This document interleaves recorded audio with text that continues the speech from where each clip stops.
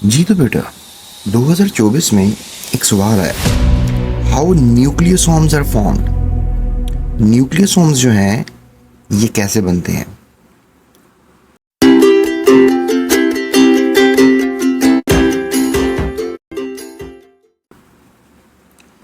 देखिए बच्चों, nucleosomes basically आप कह लें कि हमारे पास न्यूक्लियस होता है, ठीक है।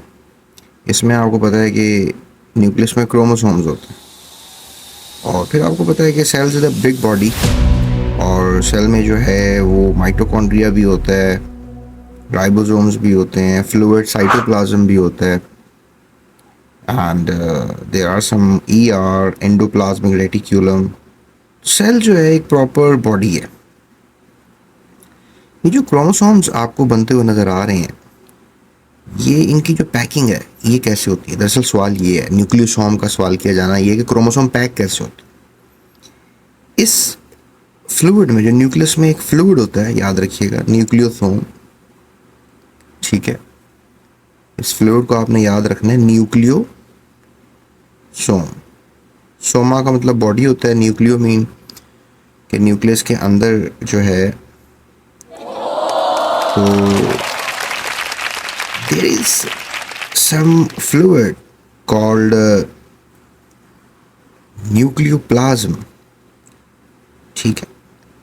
ये जो अंदर छोटे छोटे से ना ग्रेन्यूल्स होते हैं, उनकी बात कर रहा था। न्यूक्लियोसोम्स तो वो होते हैं, लेकिन साइटोप्लाज्म जो फ्लूइड होता है वो तो सेल में होता है, ठीक है। सेल का जो फ्लूइड है दैट इज सेल साइटोप्लाज्म,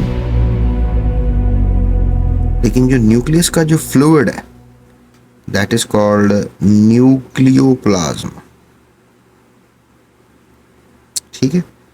अब इस न्यूक्लियोप्लाज्म में एक प्रोटीन होता है, उसका नाम है हिस्टोन्स, ठीक है। एक गोल सी बॉल की तरह का प्रोटीन होता है, और ये जो आपको डीएनए नज़र आ रहा है, ये डीएनए बेसिकली क्या करता है कि इसके गिर्द घूम जाता है, एक वर्ल लेकर आता है। वर्ल, वर्ल समझते हैं, एक दायरा लेकर आता है, ठीक है। और फिर क्या होता है कि ये जो एक प्रोटीन है इसके गिर्द डीएनए रैप कर जाता है। जैसे आपने कोई बॉल ली और उसके गिर्द डोर को रैप कर दिया, तो इस तरीके से क्या होता है कि आप कह लें कि जो डोर है वो प्रोटीन के गिर्द घूम गई, यानी जो डीएनए का धागा है वो प्रोटीन के गिर्द घूम गया, and that makes an idea of nucleosome, यानी कि न्यूक्लियस के अंदर एक बॉडी बन गई है। और इस न्यूक्लियोसोम्स के गुच्छे को आप क्रोमोसोमा, यानी कि कलर्ड, क्रोमा का मतलब होता है कलर्ड, सोमा मीन बॉडी, आप उसको कलर्ड बॉडी कहते हैं। It look like this, that is DNA, that is a DNA between two nucleosomes. इनकी और भी स्ट्रॉन्ग थ्योरी है, बीड्स ऑन अ स्ट्रिंग। ये ऐसे है जैसे ये बीड्स हैं और ये धागा है, स्ट्रिंग है। इसका जवाब देखते हैं क्या है। एक और चीज़ मैं आपको बताता हूँ जवाब से पहले, ये जो डीएनए है ना, जब ये रैप नहीं होता, मतलब जैसे धागा आपने पिन्ने में घुमा दिया तो रैप हो गया, धागा तो रैप हो गया, तब उसको आप क्रोमोसोम कहेंगे। उस डीएनए को क्रोमोसोम कह सकते हैं, उसमें प्रोटीन भी होते हैं। लेकिन अगर ये धागा खुला हुआ है, ठीक है, और ये रैप नहीं है, तो इसको क्रोमाटिन कहते हैं। इस डीएनए को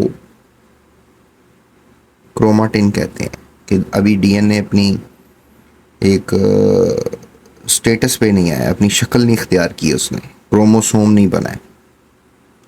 दैट मेक्स एन आइडिया कि क्रोमाटिन क्रोमोसोम बनता है, और क्रोमाटिन का क्रोमोसोम बनना डिपेंड करता है न्यूक्लियोसोम के बनने पे। न्यूक्लियोसोम हिस्टोन प्रोटीन की मदद से ही बन सकता है,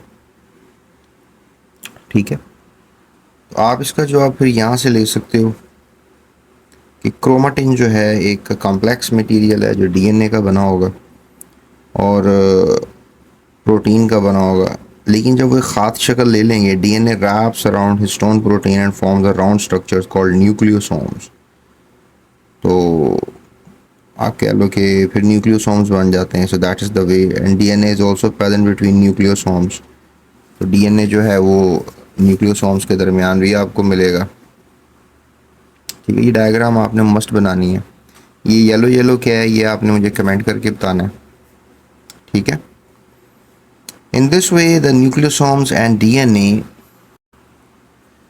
make a beads on a string, and the fibers consisting of nucleosomes condense into a compact form called the chromosome. Structure is called as chromosomes. यहाँ तक आप इसका जवाब लिख देंगे।